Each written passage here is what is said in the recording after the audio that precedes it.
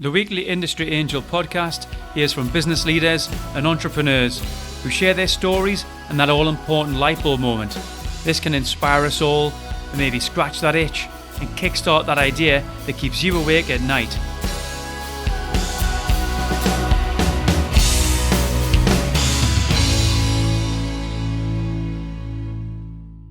Welcome to episode 20 of the Industry Angel.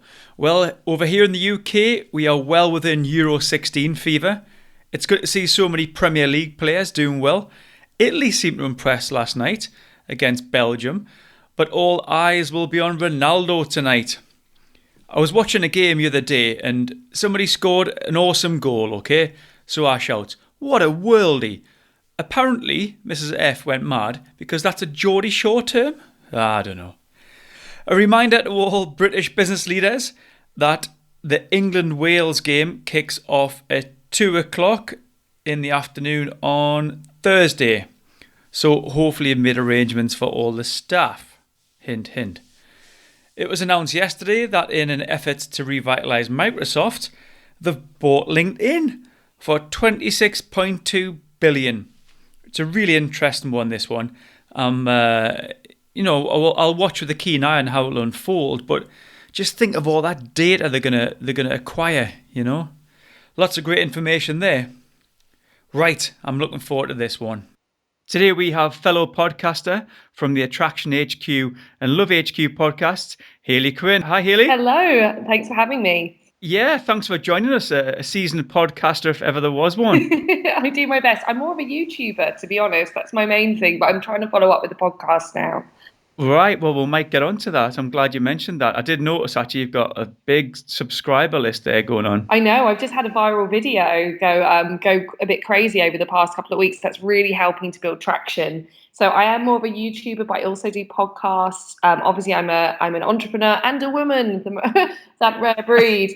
And I also, so I'm an e-commerce entrepreneur, but I also do motivational speaking. I've done a TEDx talk. I'm in the process of getting my first book published. So I'm all over the shop doing all kinds of different things. I'm glad you said that because normally I'd say, I'd like to introduce our guest, entrepreneur, author, TEDx speaker, Hayley Quinn. Yeah. And I could say that all about you. Yeah, that's it. But I guess you're mostly known for your love, dating, relationships, sexuality, that kind of thing, yeah? Absolutely, yeah. So I'm actually, I've just relaunched all my websites yesterday because I'm in the process of kind of my big thing at the moment is trying to change particularly how women view love and dating. I'm still definitely working with guys and very happy to give them some feministic or woman positive dating and love advice. But for the women, really, I have this big annoyance that I think how they're communicated to about love and dating, it's almost like they're seeing it through the wrong paradigm. It's all about how to get a guy, how to catch him and keep him. And no one's really going out there and challenging the status quo about how we view relationships and trying to make it more equitable in terms of gender balance. So I'm kind of rebelling against the norms and trying to get women to see love completely differently. Wow, I love all that. I'm going to be throwing loads of love puns in here, aren't I? So people might be asking, what's a love expert like you doing on a show like this? I mean, I'm a love expert as well, so, you don't need two. That's what people will be saying. Right, you could give me some advice at the end. No, I am not a love expert at all. No, my wife doesn't listen to these, so I can just say what I want. Oh my God, I've had problems with people listening to my podcast, but that is another story. So yeah, I mean, a love expert, I think the funny thing is, right, people are like, oh, so what do you do when you're not coaching? I do still work with some people one-on-one. I also have an online subscribers club, so I do events for them and, seminars and that sort of thing. But people think, what are you doing when you're not doing that? And it's like, oh my goodness. Running the rest of the business, 90% of my time is actually spent doing things that are non-love related, I would say, like working out, building out my websites, being concerned with my brand, thinking about where my content's going. Is it putting the right message out there? Is it driving traffic effectively? Am I distinguishing myself enough from other people in the market space? How's the book going? Am I managing my team effectively? Like all of that stuff. And I think that's the joke, right? When you see maybe somebody who does, as I do a small personal brand or an e-commerce business or a startup, it appears like I'm probably not doing anything. I'm essentially occasionally giving out advice to people and the rest of the time sunning myself somewhere or brushing my hair. And that's far from the reality. And so I think it's really good when you're looking at entrepreneurialism. I love the flexibility that it gives, but I think a lot of people don't appreciate all of the cogs that go on in the background to create the end result. I totally agree. You know, the last episode I put out was with a lady called Stephanie, and what Stephanie was talking about was how entrepreneurs can burn out because there is that drive and want and need to kind of do all these things yourself, Yeah. you know, rather than outsource. I mean, we've just had a quick chat there before we went live about editing podcasts and show notes and, you know, putting on the website. It takes time, doesn't it? But it does. And you know what? I'm like a dog with a bone in all areas of my life. Like I'm just tenacious. Like it's in my blood that I can't quit and I can't give up and I cling on in there. And it can be really bad. It's only probably realistically in the past few months after I had this was my burnout moment. It's terrible. I was meant to be a keynote speaker at the business show, which was obviously quite a good gig, quite, positive, great, just where I want to go. And I was really just overwhelmed with work, and I had been for weeks and weeks and weeks on end. I was frazzled out. And I went to Kensington Olympia, and it takes a long time to get there from where I live in East London. Turn up, walk in, and I'm like, this isn't the business show. The XL. And I travelled, I somehow misremembered where I was going. And there was no way then, because I was 10 miles in the wrong direction, I could get there in time to do my speech. And it was just like, oh no. And it's at that point where you go, I'm not doing the things that are really important to build my business and my brand. I'm not doing actually what I'm good at because I've spent the whole last week tearing my hair out about this tiny little task that I really should have delegated to someone else. And that's when I started to really restructure and reclaim my life. That's a really good, little golden nugget there, because a lot of people are going to be in the same place. I was actually at that show and I was hoping to catch up with you, but I've been there myself. And, talking about vision, Hayley, I don't know, but everything I seem to do, I've always got to try and be mindful of being a busy fool, trying to think of your vision. Is this exercise, project, time out of your schedule beneficial to you? Yeah, exactly. And you think time, I'd say this actually, by the way, with dating and relationships as well, time is your most valuable asset, full stop, period, as a human. So you have to be really careful about where you're investing it. I definitely have fallen into the trap for years of busy fool behavior. And I think, just to put it to a dating context, it's the equivalent of, oh, well, I haven't got much going on dating-wise, so I might as well go out with this person if I'm not that bothered about them, because at least it gets me out of the house. And I really don't subscribe to that as a philosophy. I think actually it's really important that, unilaterally we try and build the best lifestyle for ourselves that we can. And as a byproduct of that, you'll meet better and more appropriate people and make better business decisions, hopefully. So are you saying that you don't go out with that person? You just... Well, that's the thing. I think, we're getting on love now. Go out with someone. I think it shouldn't, if you already know that your feelings to them are meh, or solid 3 out of 5.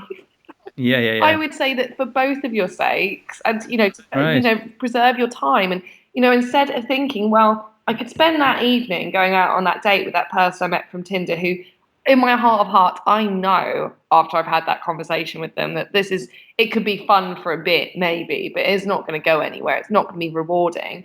Or I could take this time and I could start a new hobby or interest, or I could work on my business or work on my career or develop this new other aspect to what I'm doing, which actually long term would bring you more towards compatible people because you'd have built a better life overall for yourself. So I'd rather people reallocate their time like that.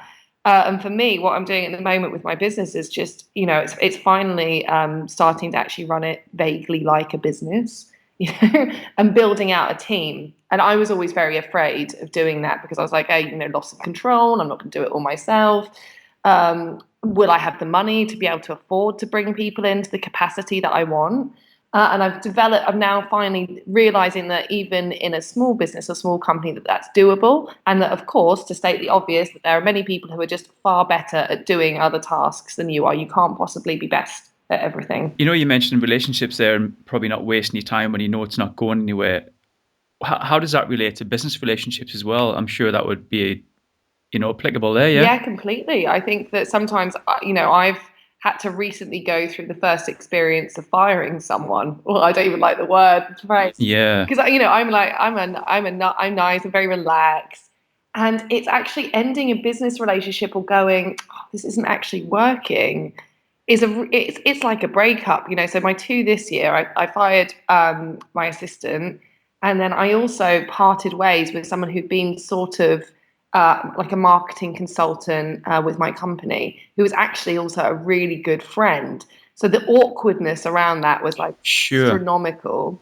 And it got to the stage, and I speak to lots of people running their own businesses, and the reasons that they give for keeping somebody involved in their business, their baby, their thing they're pouring their heart and their soul into can be terrible. It's like, oh, well, I wouldn't want to let them down and I don't want to be too harsh. And we've gone this far together. And it's the same fear-based rationale that you have when it comes to romantic relationships, an inability to let something go because it's like it's like if you go to like a really bad pub or bar or something that's your local, because you've invested so many hours there, it becomes it's just what you do.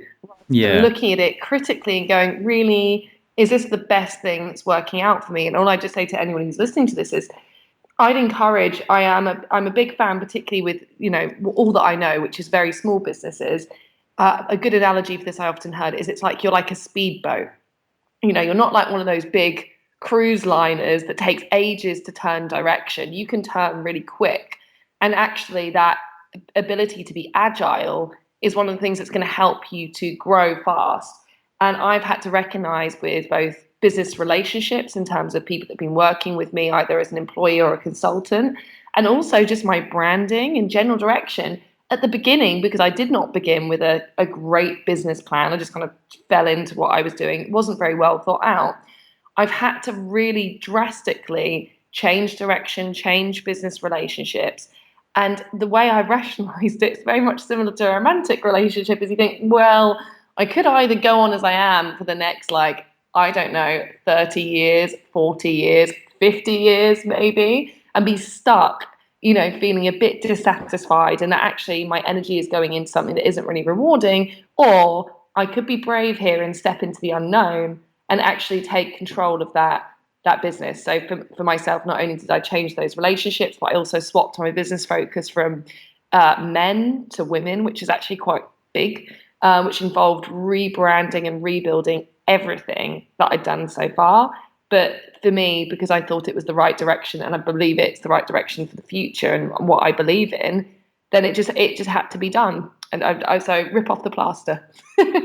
Yeah, do you know, it's a really interesting thing there, because in my coaching sort of world, I always say that, don't fall in love with your first idea. Don't try and make it work because it'll just change. Yeah. Don't spend too much time on that first project trying to polish it before you launch it. Just get it out there, because you'll pivot. And you've done exactly that same thing. You've pivoted, haven't you? You've gone from, sorry, what did you say, ladies to men? Or no, sorry, men to women. So just so you know that my pivoting career path, I started out as a ghostwriter in the pickup artist industry of all things. So I was writing. Right, okay. Yeah, so I was actually employed behind the scenes to write copy for men who were teaching other men how to seduce women, which is laughable, really, because I was young. Wow. I was writing the best chat-up lines. So from that, I then went to, I got some press attention and other things happened that I meant I was able to work with men. Then I started up my own business and started to work with men and women. And then as I've gone on, I think as I've probably grown up and I've kind of returned to my feminist roots. And also now I've had that experience of working in the dating industry for so long, I kind of see what I think are all the flaws in it. And my own personal brand has become a lot more well defined. And now the men that will be working with me because they want a very ethical, women-focused approach to that area of their life. And women are also working with me and looking to me because they want to do something better with their lives, or they want to believe that there's a dating philosophy out there, which doesn't mean that isn't how to get a man and how to make sure he never leaves you and all that kind of ridiculous, fear-based, miserable, crying into my pillow stuff. I provide an alternative for that. But I wouldn't have had any idea about that had I not been involved in the industry for just so many years. So I've changed direction loads and loads and loads, and that has its downsides. Like I have a very colourful internet history if you Google me, which I'm trying to slowly get control over. Why did you even say that? Because you know exactly what I'm going to do when I put this phone down. Come on, have a Google. Why? So living your life on the internet, that's really funny as well. Because also when you produce my business is a lot about content as well, like YouTube videos, podcasts, blogs. Yeah. Writing articles for people. So also you get to see this like paper trail of how my philosophy's evolved over time. But I'm so pleased that I started out and I messed it up a whole bunch of times. And sure, like it hasn't always been perfect, but I think that learning experience or that willingness to start, that to me defines like an entrepreneurial spirit to do it. And it's actually quite fun. And then when you like now I'm a bit more sort of relaxed about things and things are generally coming together, you feel all the reward from all of those moments. And I have to emphasize as well just how many times I almost quit. Millions of times. Yeah. I'm sure you've had that too. For sure. Yeah. You've just got to keep your mettle. Yeah. Yeah, it is. It's literally like, oh God, I don't know how to pay anything for like 3 months. This is going terribly. And it's usually about keeping calm and carrying on and having faith, bizarrely enough. Yeah, faith is massive, and I always talk about that. You've just got to keep the faith. Yeah, you've said something there about possibly regretting, but I don't think you should ever regret anything. And you probably agree when you look back, but it is who you are, and there's lots of celebrities even have made some huge mistakes online but it kind of people get forgiven really easily, and it makes them who they are, and they remember them for it. So I will Google, but I'm sure it's all good. Yeah, and here's the other thing as well that I think, people will always be magnetized, right? And you're not going to please everyone. Some people, even if you've got a very traditional business or a product, or some people look at that and go, no, it's just not for me. I don't like it. It doesn't jars with me. And then the more I think your brand and your proposition becomes defined and sort of crystallized, it should be a bit marmitey. Like I'm sure that people do Google me and think I'm hell on earth. And then, you know what, that's all right. Because I know that the byproduct that will be some people will listen to me and look at me and think, actually, yeah, okay, I can get on board with this, or I respect what she's done. So I think it funnily enough becomes a sort of a filter where you attract the people that are most in line with your vision and most on board with your brand and your identity and your ideals. Definitely. I mean, if you don't have any haters, you're not doing it right. Oh, I got lots of haters. You just... Yeah, well, then you're doing it right. Yeah. So your YouTube channel, what's like 70,000 or something? Yeah, I just broke 70,000 like yesterday. Wow. Yeah, it was really good. Really happy with that. Yeah. So tell us a little bit about that. How was that something that you said, right, I'm going to start a YouTube channel, I'm going to get tens of thousands, or was it just something that you stumbled across? Or well, I knew that for my particular industry, so for instance, my website sell video courses on how to meet people, how to communicate better, subscriptions where people join up to an online club and community and they get more content, they get to meet up. With that, and also with something like coaching, YouTube is a brilliant space to kind of showcase what you do. So I was aware probably 18 months ago or 2 years ago that I probably should start to do something with my YouTube channel. I started working with someone to do the filming and also just to begin with, do the basic stuff to help to grow it, which was, doing things regularly.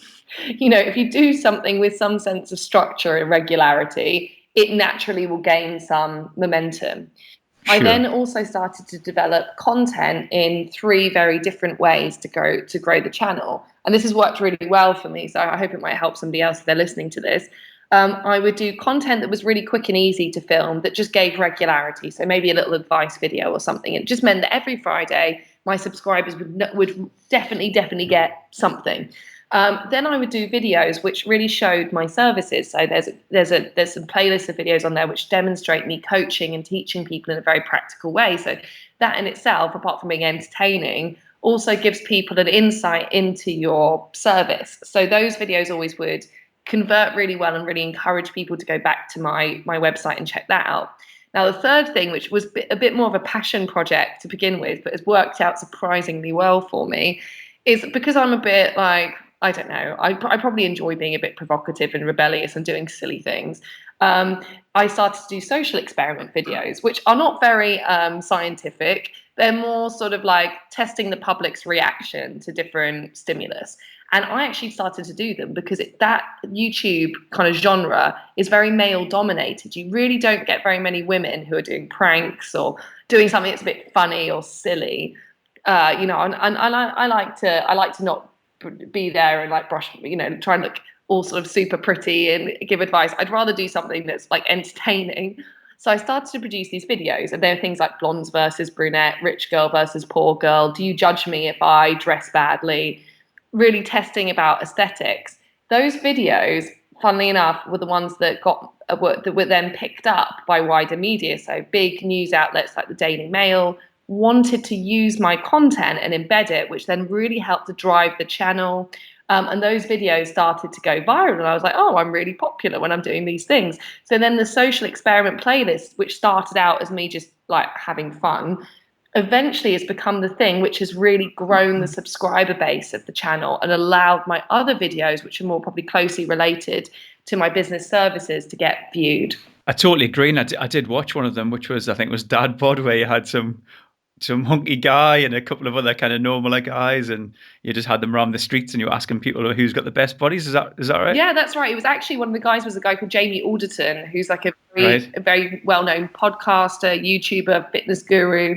And so we were doing a collaboration video, which is another thing that YouTubers do, same with podcasts. You appear in each other's videos, and so it helps to build your subscriber base. And yeah, we got him who's like fitness guy, and then two like normal dudes to go around shirtless, take their shirts off in the middle of Liverpool Street. And then I got women to, vote on their, which one they were most attracted to. And the reasons for doing that were threefold. Dadbod, which was a phrase at the time, was trending. So because of that, it really helped the video to go viral. So if you're producing content, being able to do something quick that's kind of that's timely, that's of the moment, is very, very, very helpful. So you can piggyback on trends. I also really like the idea of, instead of it being women that are being judged for their bodies, I was like, let's get the guys to get their shirts off. So that appealed to my natural rebellious instincts. And also it was quite interesting. And I think actually, hopefully it had a nice positive message that for all the men that are watching who might not be a Jamie Alderton fitness pro, that they could look at that and go, actually, look, the women are equally drawn to all these other different kinds of body types. You did seem like you were enjoying yourself, mate. Oh, yeah. I always enjoy it. Oh, that's me sounding really Cornish. Oh, yeah.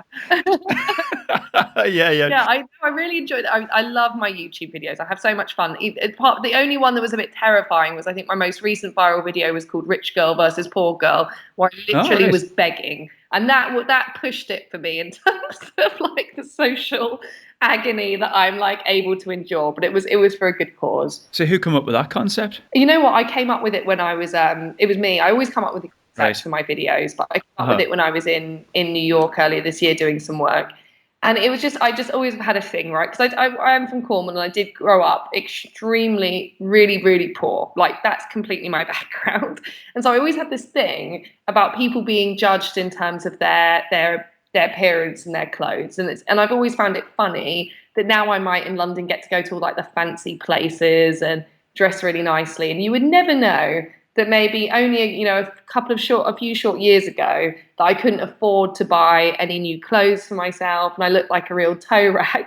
And so because of that, I really am for pushing the message generally about not judging a book by its cover. You mentioned your YouTube video and you mentioned the States. I was just thinking, do you know what the demographics are for your channel? Have you got some good metrics there of who's watching? Yeah. The last time I checked, it was 51% male.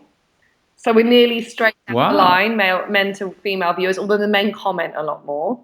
And it's actually slightly more North American viewers, secondarily England or the UK. Wow, that's really interesting. I think the majority of our listeners are actually from the US, so you could find yourself over there a little bit more, do you think? Yeah, I definitely think so. Yeah, I did some press runs through America at the beginning of this year, and that was really just to kind of test the market and get me to understand, and also to have fun, travel through America. Why not?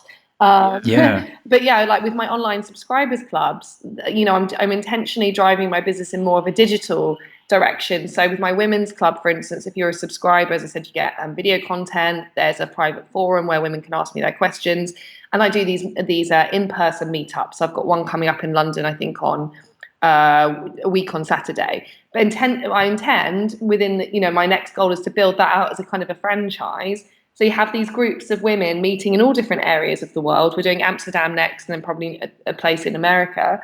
So women are getting together, and we're kind of rebranding what it means to be single and how much fun you can have with it. And also giving women a sense of community where they no longer feel that like stigma of people going, oh, why haven't you found somebody yet? Brilliant stuff.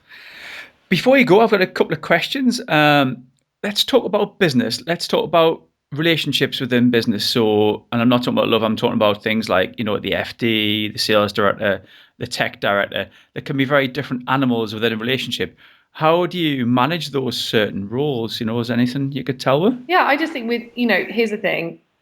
I like the platinum rule rather than the golden rule, right? So the golden rule says treat others how you'd like to be treated. And the platinum rule says treat others how they'd like to be treated themselves.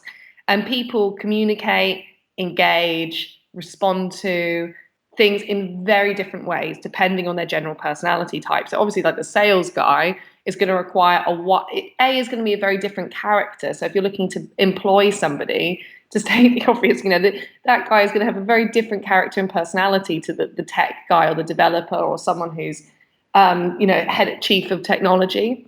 And also what they'll tend to respond to is going to be different. So I think it's a big piece of wisdom is also to not misinterpret people's behaviors just because they're different to yours. So you might find that someone isn't very communicative and just prefers to work quite autonomously. It doesn't mean they're not doing anything. It just means that that's their way. And obviously you have to have a team around you that you find it easy to engage with. But I always think being quite sympathetic to a person's natural communication style. And actually, if you're trying to build a good cooperative relationship with them, doing a lot to mirror that and speak to them in their language can be very helpful. That's excellent. And another one I've got, this last one before we go, is should we mix business and pleasure? What's your advice on love at work? Do you stay clear or do you go for it? Love at work? Well, I think, here's the thing. I think with entrepreneurialism, don't work with your friends. Just don't do it because then, business relationships change. If it's something that's actually, office romance, I think there's a statistic out there. It's probably a damn lie or a statistic. But the workplace is actually one of the main ways that people still meet someone. So obviously there's lots of business and pleasure that are mixed quite successfully. I would just always be conscious about what the dominant company culture is and whether that's more or less acceptable, about whether that will impact your career trajectory. And also, let's be honest, let's just keep this quiet or private or build a friendship relationship first before you dive in there and announce to the office that you're having a wild love affair with a guy over on the other side. Brilliant. Well, good. Well, listen, Hayley, I'm sure people are going to be interested now in where they could find you. So let's see. Could you tell us where you are, where we can find you? Yeah, absolutely. So I do have 2 podcasts, and they are on iTunes and Acast, and they are Attraction HQ and Love HQ. The Attraction is for men, Love is for women. But as I said to you before, I think jokingly, look over the wall. If you want to go and explore the other one, I don't mind. I like to say, I wouldn't say anything that I wasn't appropriate for both to listen to. Also, if you are a woman, I would really, I think it'd be great if you go to hayleyquinn.com/real love, REALLOVE. You can get some free advice videos there about how you can engage with love in a completely different way. So if you've been listening to kind of the message that I've been trying to sneak into this podcast, actually about empowering women and approaching love completely differently, that's your space. And if you're a guy who wants to understand female psychology better, go to hayleyquinn.com/her mind. Brilliant. You're going to have guys saying, well, I was listening to Love HQ and what they were saying was. It's great though. I think it's so interesting. I like to encourage people. So sneak in. Yes, please sneak in and please comment. Well, Hayley, thanks very much for your time. I've thoroughly enjoyed it. Yeah, it's been really, really fun. Thanks for having me, Ian. That was Hayley Quinn. Didn't I say that I'd bring you some diverse and great content? Jump over to our page on industryangel.com and check out some of Hayley's content. Her YouTube channel is great. it's pretty reassuring, isn't it, to hear from entrepreneurs about, the fear factor, the desire to be in control of everything, a bit overwhelmed. Listening to these podcasts, there's a lot of good takeaways for entrepreneurs, but also intrapreneurs. You might work within an organisation. You don't need to be an entrepreneur to think entrepreneurial. So until next time, I'm Ian Farrer. This is the Industry Angel, and feel the love.